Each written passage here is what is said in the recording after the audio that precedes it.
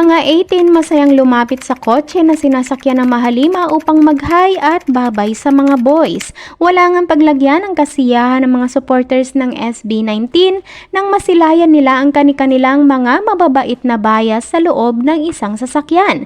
Kaya naman napatili na lang ang lahat ng pagbuksan mismo sila ng bintana ni Justin, dahilan kaya kahit papano nasilayan nila sa loob si Josh, Pablo at Stel na masaya ding kumakaway sa kanila. Sa kabilang banda naman ay makikita din si Ken na nasa may bintana ng kotse at masaya ding kumakaway sa mga 18. Ayon sa komento ng isang Ken supporter, si Ken daw talaga ang tipong susundan ng tingin kahit malayo na.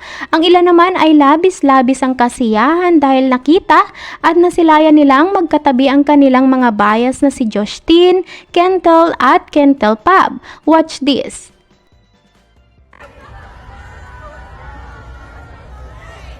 Hi, Justin! Oh my God! Ingat! Ingat!